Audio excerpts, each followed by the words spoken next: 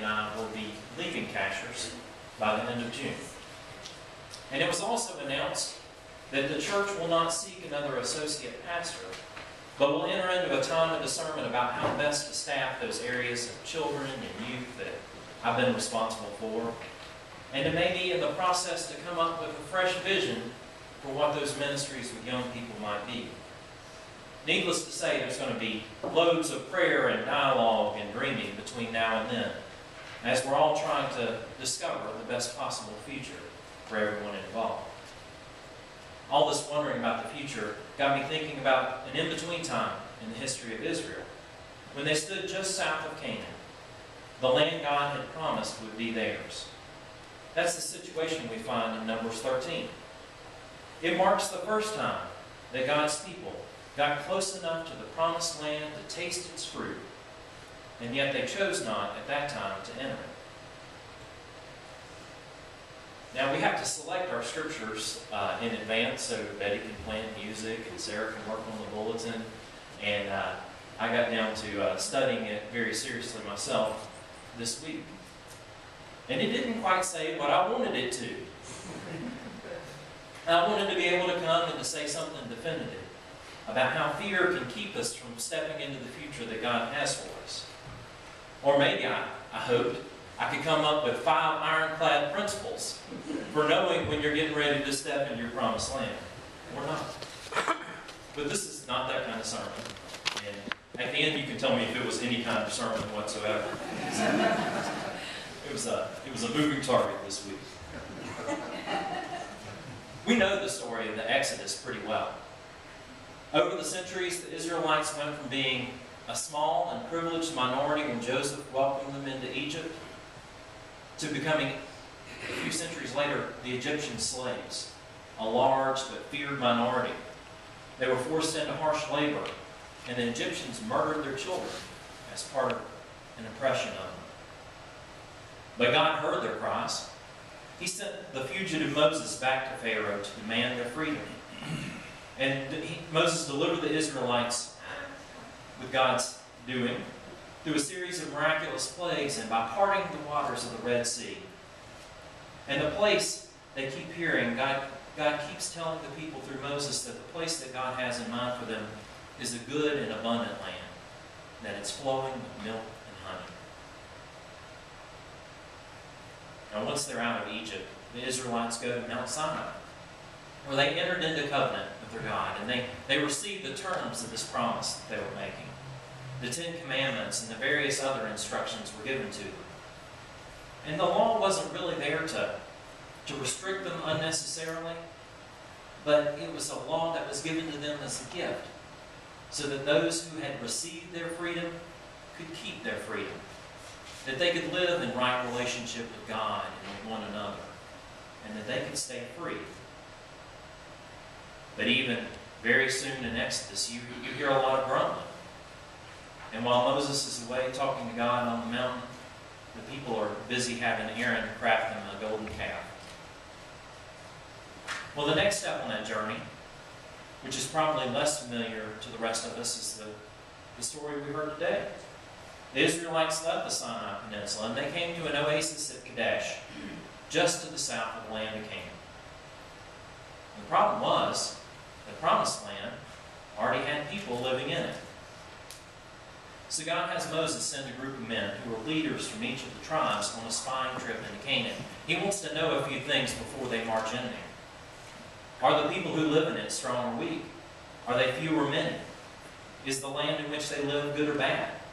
Are the towns in which they live camps or fortresses? Is the land rich or poor? Are there trees in it or not? And if so, bring us some of the fruit. The spies return 40 days later, and they don't disagree that Canaan is a land of milk and honey. What's more, they bring back pomegranates and figs, and like I said in the children's time, a single cluster of grapes that was so heavy that it had to be supported by a stick carried on either end. Having seen such abundance, Caleb, who was one of the spies, says, "Let's go. We can do this. We can go in right now, and this all can be ours." But the rest of the spies, except for Joshua and Caleb, They only see challenges. According to them, the cities are unassailable and the men there are giants. They said that these good things to eat, the figs and the pomegranates and all that, that's misleading. If we go into the promised land, we're going to be the ones that get eaten. And having heard such a negative report, the people lose their resolve, and they refuse to enter. Not only did they not listen to Joshua or Caleb, they wanted to stone them. And so God, disappointed, directs them to turn back into the desert, where they will spend the next 40 years before this opportunity comes again. The book of Numbers contains a word of caution about the consequences of passing by our promised land. But how do you know? How do you know where your promised land is? How do you know whether to move or stay? Whether to take the job or not? Whether to marry your long-term boyfriend or to call it quits? Whether to adopt? Whether to go back to school?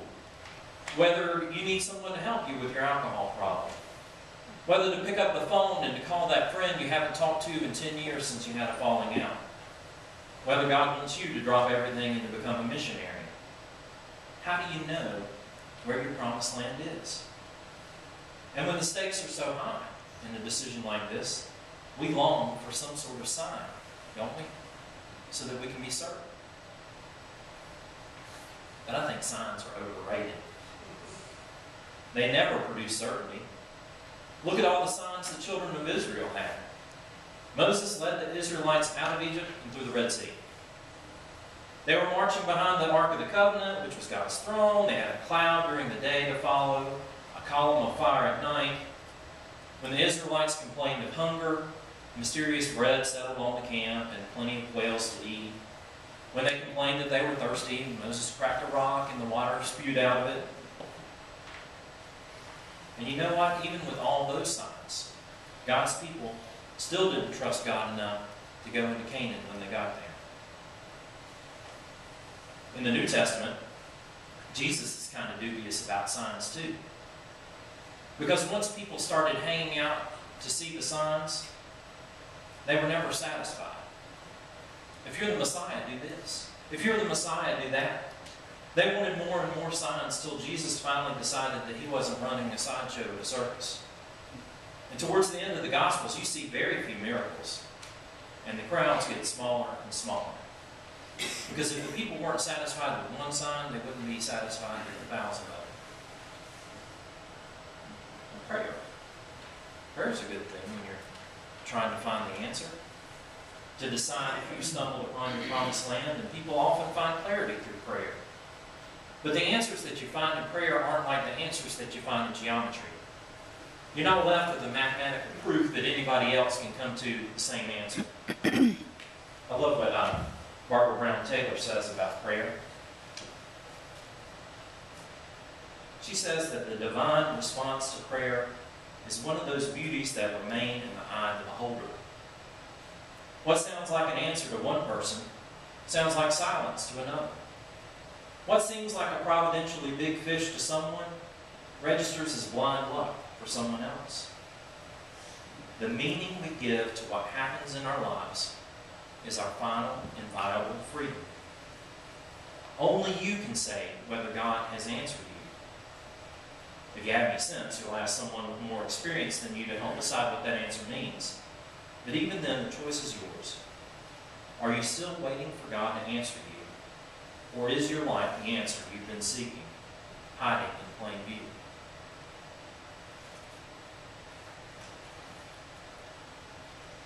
That's a beautiful thought. Because I have a sense that she's right, that the signs that we see are not as important as the meaning that we assign to them.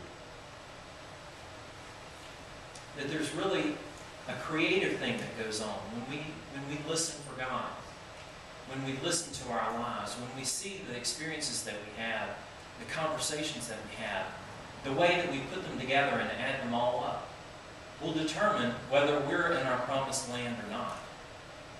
That there's really a big part of us in that equation. Because, there are contradictory signs sometimes. like in today's passage. And the Israelites decided to pay more attention to the rumors of giants and bunkers than they did to the delicious figs and grapes that they had right there in front of them. And there's a sense that, in this passage, that what really gets them in trouble is not so much that they didn't enter into the land of promise. It's the way they behaved once they left for the wilderness. That's what brings God's judgment upon them. The Israelites, they go off for round 2 in the desert. And their grumbling doesn't just continue, it intensifies. They're mutinous now. And they've tried God's patience to the utmost. Numerous times as they were along the way in the Exodus, they complained. And they said, Moses, you and God have just brought us out here in the wilderness to kill us. You brought us out here to die. Why in the world did you do that? And so following their complaints, God says, fine, I'll let them have their way. And an older generation who is clinging on so desperately to their time in Egypt, they're going to pass away out here in the desert. And it's the next generation that will be able to enter the land of promise. It's not so much that God was being vindictive and nasty. It's that God let the people have what they said God was doing all along. And the younger generation that's left are going to be people who can look forward to Canaan and not just back to Egypt. Is the land you're standing just outside of, is it your promised land? I wish I could tell you. But the more important question might be, if I decide that I want to make this my promised land, if this is going to be where I stake my claim, then what am I going to do next? So what? This is your promised land? How are you going to live in it? One of the clues that comes from the book of Numbers is later on when the people get ready to go back in, a few of the tribes say, you know, Canaan's over here on the left of the Jordan River. We like that area on the right. We like Gilead. Moses, can we go there instead?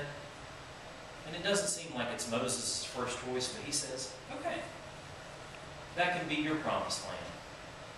And so there's a certain permission, even in the scriptures themselves, that we don't all have to enter the same promised land. That promised land for you may not be the promised land for me. But what are we going to do once we get there? I went to the conference's Martin Luther King celebration a weekend ago, and it's Saturday in the Green Street United Methodist Church in Winston-Salem. And one of the speakers that was on the docket was an 11-year-old girl named Kate Carpenter. This is Kelly Carpenter's daughter, the pastor there. And Kate told the story of her friend Dot, an 85-year-old woman who was Green Street's first African-American member. Now in 1992, when Dot was 65, she moved back home to Winston-Salem after many years in New York City. The pastor who was then at Green Street invited her to come to his church. But unfortunately, on that first Sunday, he was the only person that talked to her. Others stared or whispered, made her feel uncomfortable, and Dot resolved not to go back. But when the pastor came around to visit to thank her for coming, she said, I'm not coming back.